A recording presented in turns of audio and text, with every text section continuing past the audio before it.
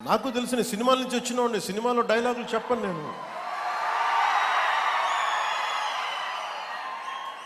పుత్తుకలు కోసేస్తాం, మిడకాయలు కోసేస్తాం అంటే కోయడానికి మేమేమన్నా చొక్కా ఇప్పి చూపిస్తామా?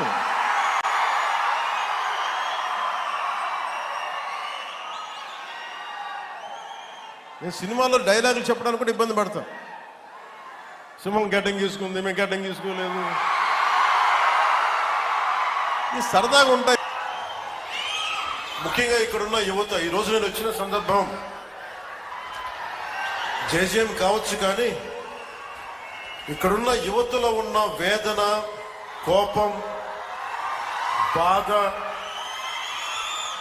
ఆంధ్రప్రదేశ్లోనే మా ప్రకాశం జిల్లా ఇంత నిర్లక్ష్యానికి ఎందుకు గురి కాబడింది, దశాబ్దాలుగా ఉన్న వెలుగొండ ప్రాజెక్టు ఎందుకు చేయలేకపోయారు, పరిశ్రమలు పక్కన పెట్టండి, ఇంత ఉపాధి అవకాశాలు మాకు ఎందుకు కల్పించలేకపోయారు, ఊళ్ళకి ఊళ్ళు ఖాళీ అయిపోతా ఉన్నాయి, వలసలకి మేము వేరే ప్రాంతాలకు వెళ్లాల్సి వస్తుంది.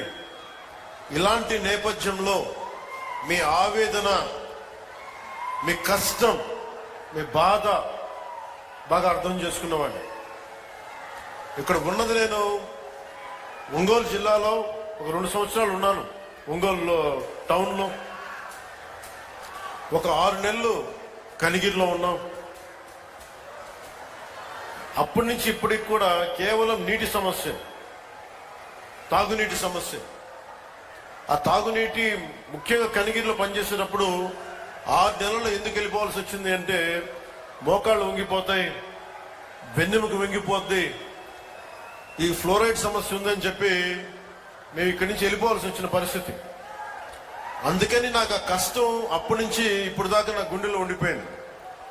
మొట్టమొదటిగా జేజేఎం ఈ మల్టీ విలేజ్ ప్రాజెక్ట్ స్టార్ట్ అవ్వాలి అంటే నా ప్రయారిటీ ముందు మన ప్రకాశం జిల్లాకు కావాలని ప్రయారిటీ పెట్టాను.